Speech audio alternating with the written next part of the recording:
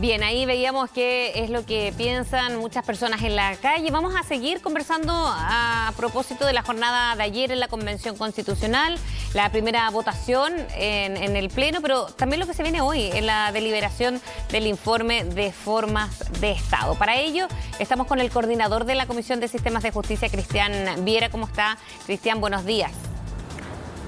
Buenos días, Frecia. ¿Cómo le va a usted? Bien. Bueno, ¿cómo evaluó ayer? Está muy cansado, cerca de la medianoche terminó esta primera votación. Cristian, ¿cómo evalúa en esta primera jornada que se decía iba a ser no solo maratónica, sino que también histórica por lo que esto significaba? Sí, usted bien dice, ¿no? Yo creo que el calificativo más apropiado es que es una votación histórica, porque, de nuevo, aún no hemos dicho nada de manera definitiva, porque conviene recordar que la votación del día de ayer fue votación en general. Sin embargo, lo que hizo fue inaugurar el proceso de discusión de propuestas normativas. Por lo tanto, hay dos cuestiones. Yo estoy muy satisfecho con el resultado en lo personal, pero además cómo la metodología de trabajo que nosotros nos hemos ofrecido termina funcionando. Entonces, estoy muy sereno, tranquilo y satisfecho.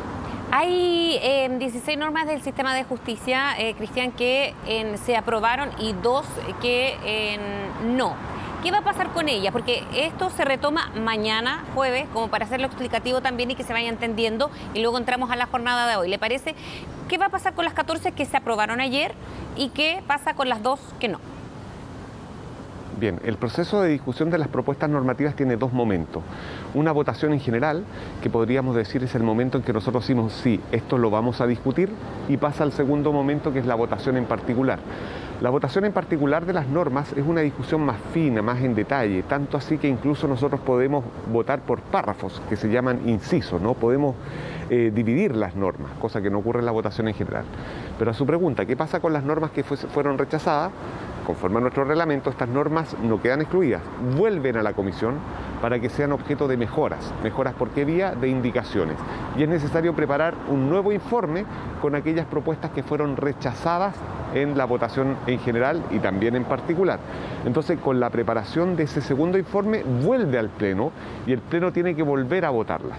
Si en ese segundo informe resultan rechazadas, en ese momento las normas quedan excluidas. Si son aprobadas, pasan a formar parte del texto definitivo de la propuesta de nueva Constitución.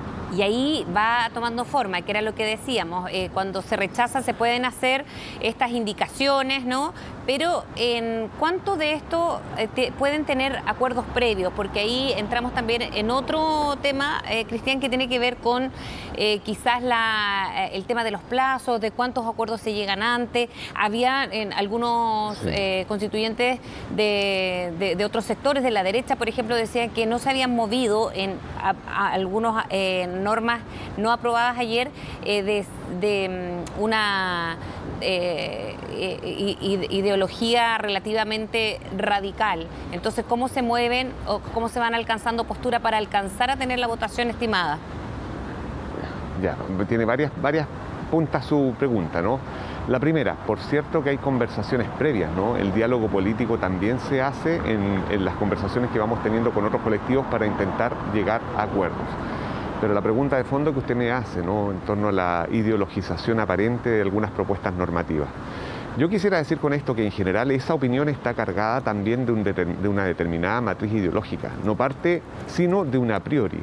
Y ese a priori también yo lo podría contestar en términos de una sobreideologización, porque esas propuestas lo que podría yo más bien advertir es tratar de mantener lo que hoy está en crisis. Entonces es una buena idea rechazar aquello que nos está provocando la crisis. Entonces también la respuesta puede ser invertir la pregunta. Ahora, Cristian, entremos a lo que se va a votar hoy, porque ahí vamos a ir relacionando quizás en algunas de las normas que ayer sí fueron aprobadas. Hoy se va a votar por formas de Estado.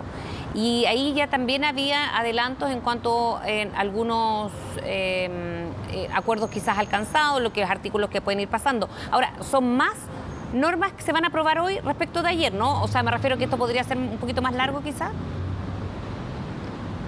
Sí, son más normas que ayer. 36. Bueno, esto va a depender de cuántas palabras cuántas palabras se soliciten también, que eso nos consume mucho tiempo. Ayer fueron 99 palabras, ¿no? Lo cual nos llevó a consumir harto tiempo, pero además la primera parte estuvo muy larga porque estuvimos 2 horas discutiendo sobre la cuenta.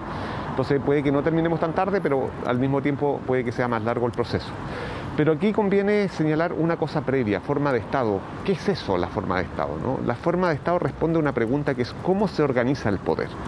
Y desde la perspectiva de las formas de Estado, la forma clásica del Estado de Chile ha sido un Estado unitario, salvo aquellos ensayos en 1820 y algo, ¿no?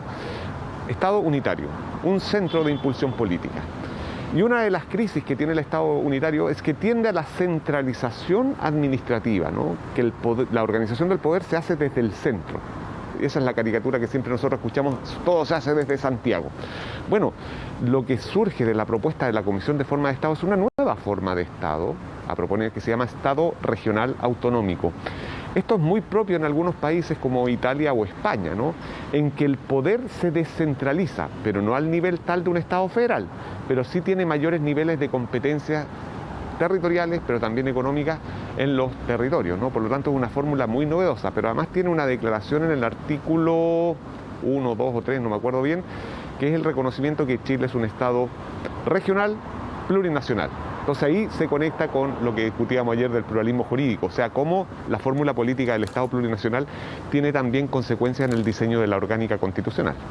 Eso le quería preguntar, porque aquí si hay pluralismo jurídico, entonces uno debiese entender que se va a aprobar la norma de Estado plurinacional, porque si no, ¿qué sentido tiene una cosa con la otra, no? ¿Hay qué conexión hay, Cristian, que tiene directa relación de lo que pasó ayer, hoy, bueno, lo que va a pasar el resto de la semana en el fondo, porque son algunos puntos que van muy ligados? Sí, mire, están todas las comisiones ligadas. Si usted advierte, la comisión 2 se llama de principio, inaugurará lo más probable el texto constitucional con una declaración, una fórmula que señala que es el Estado de Chile, por decir, ¿no? La República de Chile es un Estado social, plurinacional y democrático de derecho. Imagínense, o sea, la puerta de entrada de la Constitución ya contiene esa fórmula. Claro. Y si usted advierte el nombre que tal vez hemos escuchado en torno al sistema legislativo, hemos escuchado que el Congreso se llamaría Congreso Plurinacional. O sea, el diseño de las instituciones se hace cargo de verdad del principio de la plurinacionalidad, que no significa otra cosa que reconocer un hecho, que en el Estado de Chile conviven diferentes naciones, ¿no? Y lo interesante de esto es que tampoco es una fórmula excesivamente original. Esto ocurre en otros lados del mundo, ¿no? En Nueva Zelanda, en Canadá, el Reino de España, ¿no? El Reino de España reconoce expresamente nacionalidades, la catalana, la galega, la vasca, ¿no? O sea, tampoco hay que temer al reconocimiento de esta realidad. Es simplemente poner sobre la mesa un hecho que es evidente, que es nuestra plurinacionalidad.